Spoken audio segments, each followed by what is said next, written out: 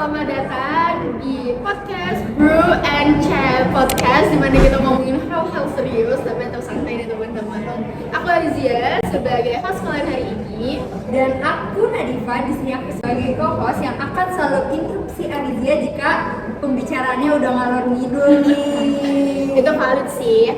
Oke, jadi di episode ini kita bakal ngebahas tugas besar kita, yaitu sebuah perusahaan manufaktur yang lagi di titik perubahan besar nih teman-teman. Seru banget kasusnya. Kebetulan juga perusahaannya bergerak di bidang mesin kopi. Mesin kopi, ini pas banget sama nama podcast kita nggak sih, mesin kopi ini? Bener banget, Jihan. Nah, aku juga udah ngajak 3 orang lagi nih buat ikut ngobrol ini. Di sini ada Jihan, Firta, dan Azahra. Oke, kita nih udah semangat banget nih buat bahas tentang Semangat mesin kopi. banget. Kita mau mulai banget kan? Oke deh, karena udah semangat banget nih, kayaknya kita langsung aja ke segmen pertama. Oke girls, jadi yang pertama itu kita bakal bahas kasus hari ini adalah PT Teman Kopi kita atau disingkat PT TKK. Nah Diva, boleh dong kamu kasih gambaran besarnya nih tentang apa yang bakal kita bahas hari ini biar teman-teman yang nonton juga tahu gimana konteksnya. Boleh. Jadi PT TKK itu awalnya perusahaan manufaktur logam biasa, berdiri pada tahun 2012. Terus di sekitar tahun 2019 mereka itu menemukan peluang baru nih, bikin mesin kopi rumahan. Dan ternyata responnya itu luar biasa, terutama di pandemi kemarin. Iya pas banget kan ya, waktu pandemi kemarin kan orang-orang tuh nggak bisa ke kafe ya, jadi pasti pada bikin kopi di rumah. Yes, itu benar sekali. Itu tuh bikin permintaan mesin kopi mereka tuh melonjak drastis. Pendapatannya tuh naik dari 320 juta di tahun 2020 sampai 1,9 miliar di tahun 2024. Gede banget ya. Iya, hampir 6 kali lipat dalam 4 tahun. Keren. Gila banget ya ini kenaikannya. Dan ini juga tuh didukung sama maraknya kedai kopi. Dari yang awalnya itu sekitar 1000-an tuh kedai kopi tuh di 2019. Tapi ternyata dia tuh naik hampir 3 kali lipat di tahun 2022. Wow, emang ekosistemnya juga lagi booming banget sih emang. Tapi yang bikin kasus ini menarik adalah di balik angka revenue yang terus naik, ternyata kondisi internal perusahaannya belum siap ya teman-teman. Masih banyak PR yang harus secepatnya diselesaikan. Bener banget, nah makanya tujuan kita di sini berkumpul tuh kita bedah nggak sih bareng-bareng. Seharusnya itu mereka berubah dari sisi organisasinya sampai ke SDM-nya, bener kan? Betul banget. Oke, kayaknya kita masuk aja kayaknya ya ke pertanyaan pertama. Oke. Jadi dari pertanyaan pertama dari tugas kita ini adalah sebelum ada perubahan, kondisi unit kerja di PT TKK itu masuk kategori work group atau work team. Azahra, it's your turn. Oke, jadi sebelum kita label mereka masuk yang mana, kita harus paham dulu nih teman-teman, bedanya dua istilah ini. Menurut Robin and Judge, ini itu referensi utama kita, work group sama work team. Itu tuh beda jauh. Oke, bedanya gimana Niza? Nah, kalau work group itu dibentuk buat sharing informasi dan pengambilan keputusan yang sifatnya individual. Jadi outputnya ya cuma hasil kerja masing-masing aja. Orang yang dijumlahkan, nggak ada sinergi kolektif yang berarti tanggung jawabnya juga masing-masing. Oh, kayak kerja sendiri-sendiri gitu ya? Betul banget. Nah, kalau work team beda lagi. Work team itu dirancang buat menghasilkan sinergi yang positif. Artinya hasil kerjanya juga bisa jauh melebihi kalau tiap orang itu kerjanya sendiri. Akuntabilitasnya bukan cuma personal tapi juga kolektif dan skillnya saling melengkapi antar anggota. Paham. Berarti kalau work team itu kayak misalnya perumpamaannya itu kayak 1 ditambah 1 bisa jadi 5 gitu nggak sih? Betul banget, kurang lebih gitu. Nah, balik lagi ke PT TKK, sebelum perubahan mereka itu masuk kategori work group. Nah, ada 3 bukti kuatnya nih. Apa aja? Yang pertama, cara kerja unit base alias setiap orang itu fokus di area kerjanya sendiri-sendiri. Jadi nggak ada alur proses yang nyambung ke antara divisi. Oh, berarti tuh kayak pulau-pulau yang nggak ada jembatannya gitu ya? Iya, persis banget. Yang kedua, semua keputusan dari yang paling strategis sampai operasional kecil sekalipun itu ada di tangan direktur, teman-teman. Satu orang jadi para staff cuman jalanin instruksi aja, nggak ada rasa tanggung jawab bersama terhadap performa perusahaan. Dan itu pasti bikin si direkturnya itu overwhelmed banget ya, dan juga karena kan si kasus itu juga disebutin kalau si direkturnya itu kewalahan karena si kesananya banyak sebenarnya. Betul, betul banget. Dan yang ketiga ini itu skillnya belum saling melengkapi. Jadi mayoritas staff itu lulusan SMK fokusnya cuma eksekusi tugas rutin aja. Belum ada yang punya skill kayak analisis peramalan permintaan atau manajemen logistik yang terintegritas. Oke, jadi berarti kesimpulannya itu sebelum perubahan PT KTK itu is a work group di mana tiap orang itu jalan sendiri, nggak ada sinergi atau keputusan terpusat ke satu orang. Exactly. Oke deh, lanjut ke segmen ketiga. Nah sekarang PT KTK mau berubah besar-besaran nih. Pertanyaannya, mending tetap pakai work group atau harus beralih nih ke work team, Jihan? Oke, jadi di sini itu jawabannya tuh udah jelas banget sih menurut aku ya. Karena work team itu tuh bukan sebagai pilihan aja, tapi dia itu keharusan buat dari PT TKK untuk kedepannya. Dan ini juga bukan cuman asal bilang aja, tapi ada 5 bukti dari kasusnya. Oh 5, apa aja tuh? Oke, aku kasih tahu nih. Yang pertama itu dari cara kerja mereka mau berubah dari unit base menjadi proses base. Nah, di sini yang artinya dari marketingnya, produksinya, sampai ke logistiknya pun itu harus saling ngobrol dan juga saling koordinasi terus, biar nggak ada miskol. Terus, kalau misalnya kita pakai pola yang lama, itu tuh nanti kedepannya tuh makin amburadul. Kebayang banget sih kayak masak bareng tapi kita tuh nggak tahu Betul. resepnya. Bisa, Bisa. bisa banget tuh Nadifa. Nah, di sini yang kedua itu strateginya itu bisa berubah dari make to order untuk ke make to stock, yang dimana dulu itu produksinya itu sesuai dengan pesanan yang masuk. Nah, tapi sekarang itu produksinya itu diduluan kan didahului berdasarkan perkiraan permintaan pasar. Nah, dan ini juga itu tuh butuh alignment yang ketat antar divisinya gitu.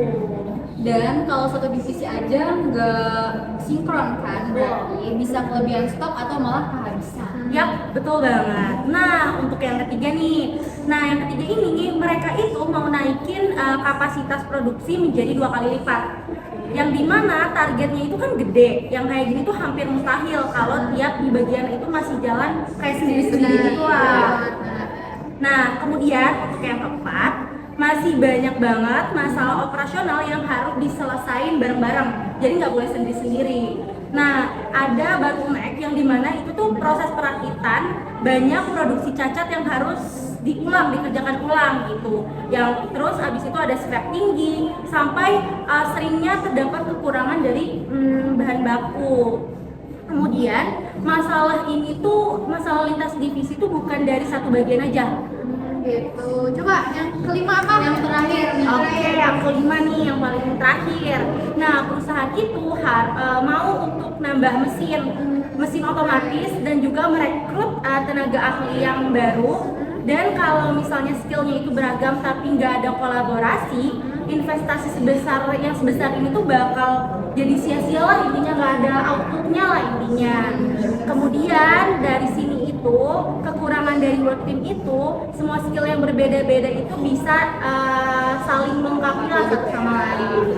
Oke, wah jadi transformasi dari PT TKK ini beneran bergerak secara mendasar banget ya. Betul. Bukan cuma ganti strategi bisnis, tapi juga ganti cara kerja manusianya teman-teman. Betul banget Ari. Oke, kita lanjut masuk ke segmen keempat. Nah, ini bagiannya Diva nih. Kalau perusahaan lagi dalam proses besar-besaran berubah kayak PT TKK, kira-kira gaya kepemimpinan apa sih yang paling cocok buat para supervisor dan manajernya? Nah, ini yang paling seru nih. Jadi tim kita itu merekomendasikan kombinasi dua gaya kepemimpinan. Yang pertama adalah kepemimpinan transformasional. Apa tuh?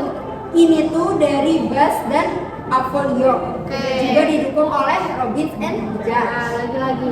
Yes, pemimpin transformasional itu bisa bikin orang-orang itu mau mendahulukan kepentingan organisasi di atas kepentingan pribadinya. Ada dua elemen kunci. Yang pertama itu ada inspirational motivation, kemampuan nyampein visi baru dengan cara yang bikin orang itu semangat. Dan yang kedua ada intellectual stimulation, mendorong tim buat mikir lebih kreatif dan kritis. Oke, dan relevansinya ke PTTKK? Jadi di PTTKK itu punya visi besar, yaitu menjadikan perusahaan inovatif teknologi pengolahan roti di Indonesia. Perubahan dari MTO ke MTS ini tuh drastis banget. Pemimpin itu transformasionalnya itu dibutuhin buat nyatuin energi tim, terutama staff-staff lama yang mungkin merasa nggak nyaman sama perubahan ini nih. Oke, karena di sini tuh kalau misalnya nggak ada yang bisa jual visi itu tuh, kalau misalnya dia nggak bisa jual dengan meyakinkan, orang-orang tuh juga bakal jadi resisten. Benar, kan? ya, ya, Iya, itu benar banget. Yang kedua adalah Pat Goal Theory dari Robert House. Khususnya itu dua gaya supportive dan participative leadership. Supportive itu pemimpin yang beneran peduli sama kondisi dan kebutuhan timnya nih. Ini tuh penting banget karena staf lama yang udah kerja kemungkinan bakal merasa terancam ketika mesin otomatis itu masuk dan tenaga ahli baru direkrut kayak gitu. Perasaannya tuh bakal jadi kayak, aduh, aku bakal digantiin nih. Itu nyata banget kalau misalnya nggak dikelola dengan benar. Pasti ada kayak gitu. Dan di participative artinya itu pemimpin ngajak timnya itu ikut terlibat dalam pengambilan keputusan itu sendiri.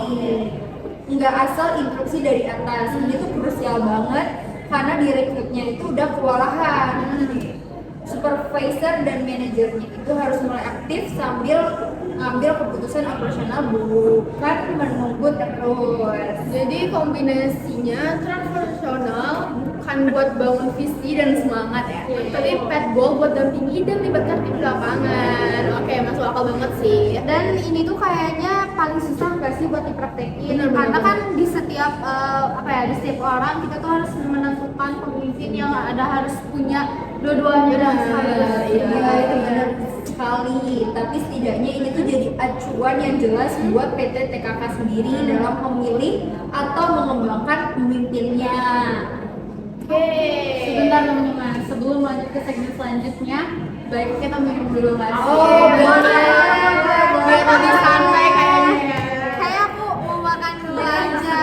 Karena dari tadi kita ngobrol terus serius banget gitu loh. Makan guys. Oke. Gimana kopinya enak enak? Enak. Enak sih jujur. Mungkin lain kali kita bisa nge-review kafenya kali ya. Banget. Nanti kita bakal lihat pembuatan kopinya. Bener. Sesuai juga nih sama materi kita. Lanjut. Lanjut ya. Sekarang saatnya kita masuk ke segmen terakhir nih teman-teman. Apa terakhir? Tapi juga yang paling pas nih. Ini yang aku bawain sendiri kali ya. Jadi perubahan di PTKK ini kalau dianalisis pakai teori Kurt Lewin, tantangannya ada di mana aja? Ih, aku tahu Kurt Lewin, jelasin dong. Boleh. Singkat. Boleh singkat Ali. Oke. Jadi menurut Lewin tahun 1951 perubahan dalam organisasi itu harus melalui 3 tahap. Apa aja? Yang pertama ada unphrasing, changing, dan rephrasing. Oke. Gak bisa langsung lompat ke kondisi baru tanpa prosesnya. Oke, tahap pertama. Yang tahap pertama tuh tadi unfreezing. Benar. Nah, unfreezing tuh apa sih? Coba jelasin Ari. Unfreezing itu kayak namanya, berarti dia kayak nyairin zona nyaman gitu.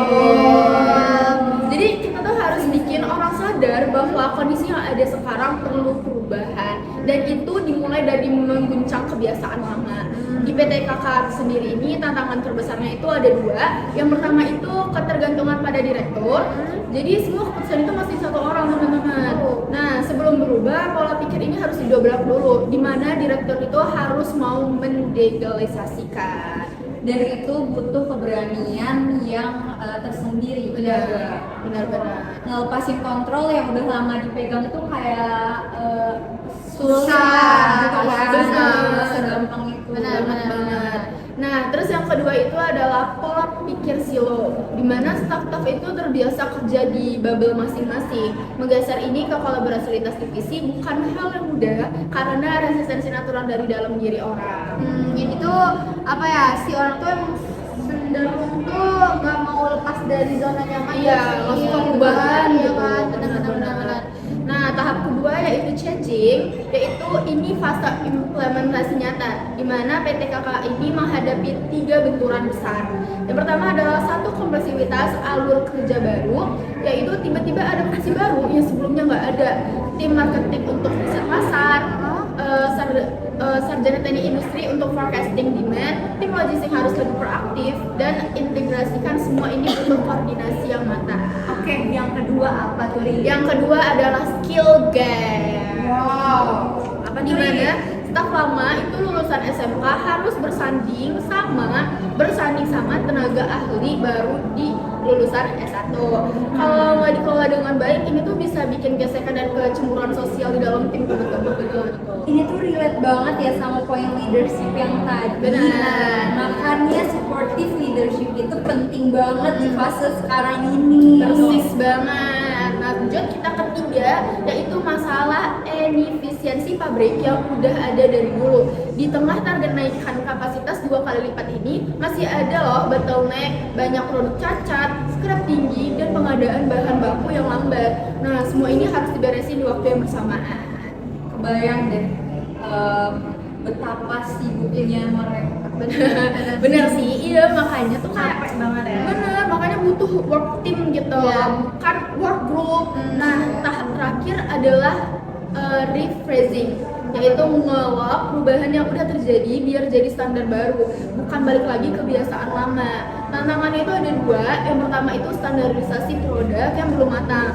Jadi material bahan bakunya itu masih nggak seragam gitu, dan produknya masih lebih berat dari kompetitor. Jadi mereka harus kunci standar mutu internasionalnya dulu. Nah, terus yang kedua itu ada konsistensi layanan after sales, yang dimana rencananya mau menyediain service dan buku cadang gitu. Ini harus jadi bagian dari budaya perusahaan jangka panjang, bukan proyek dadakan. Jadi nih, secara keseluruhan yang tadi udah kamu jelasin, menurut kamu rekomendasi strategi apa yang cocok gitu untuk si PT TK kali ini? Nah, jangan buru-buru dulu nih beli mesin otomatis atau rekrut banyak sarjana sebelum fase unfreezing beres. Langkah paling krusial itu ada di sini, yaitu Apa? yang pertama, beresin dulu gaya kepemimpinan direkturnya yang masih sentralistik dan bangun komunikasi lintas divisi yang solid. Baru deh setelah itu SOP ketat dibuat di fase unfreezing buat potong semua inefisiensi yang udah lama ada. Oke, dari banget ya kita si PT TK kali ini. Nah, kan kita udah ngebahas semuanya ya teman-teman, dari profil PTKK, perbedaan work group dan work team, tipe kepemimpinan, sampai teori perubahan Lewin. Sebagai penutup, kamu Vita mau gak sih ngerangkumin takeaway utamanya? Aduh, boleh banget sih. Jadi tadi kita udah ngebahas 3 hal yang dipetik dari si PT TKK ini. Yang pertama itu transisi dari work group ke work team itu keharusan, dimana cara benar. kerja lama itu yang silo dan sentralistik itu udah nggak relevan lah begitu ya di zaman sekarang. Dan itu juga kompleksitas bisnisnya itu mereka yang hadapi sekarang. Terus juga yang kedua, perubahan butuh pemimpin yang tepat. Benar nggak? Ya, kan? benar banget. Dimana itu kombinasi dari si transformasional dan juga pet goal ini jadi jawaban. Dimana itu pemimpin harus bisa nge-inspire sekaligus juga mendampingi tim di lapangan dengan sabar. Ya, ketiga nih apa nih? Dan yang ketiga, perubahan itu proses. bukan event. Dimana itu kata si model Lewin ngingetin kita nih tadi sebelum sibuk beli teknologi baru atau rekrut orang baru, itu tuh fondasi yang harus wajib ada itu budaya dan juga komunikasi organisasinya. Oke, yang aku pelajari dari kasus ini nih, perusahaan itu bisa tumbuh pesat dari sisi angka. Tapi kalau internalnya itu belum siap, pertumbuhannya itu bakal rapuh. Benar-benar. Kayak gedung tinggi yang fondasinya kerutak. Aduh, Bener lagi. gimana ya? Tapi nih teman-teman, dari sisi tim, strategi itu nggak terjadi otomatis. Iya sih. Bener kan? Bener. Nah, dari sini dia itu harus dirancang dengan kesadaran. Kalau sama sekali nggak ada effortnya, nah itu tuh nggak bakal terjadinya kolaborasi. Jadi masing-masing orang tuh pasti bakal jadi jalan sendiri-sendiri aja. Benar-benar. Setuju banget. Dan dari teori tadi kita juga belajar bahwa resistensi terhadap perubahan itu manusiawi, teman-teman. Yang penting pemimpinnya itu tahu cara menghadapinya dengan empati dan arah yang benar. Perfectly girls. Oke, itu tadi episode dari Brew and Chat Iya, kita hari ini. Gak kerasa banget, Gak kerasa ya. Seru banget ya. Seru banget ya sih. ngobrolnya. Aku juga mau ngucapin makasih buat Nadifa, Jihan, Veta, dan Azara yang udah meluangin waktunya dan sharing-sharing seputar hal ini yang seru banget dan daging banget pastinya. Bener banget sih itu. Oke, kapan-kapan kita podcast lagi Iya. nggak? Stay tune, kita bakal ngebahas apa tuh di podcast selanjutnya. Masih bareng kita bertiga kan nih berarti Bareng dong. Masih dong. Oke.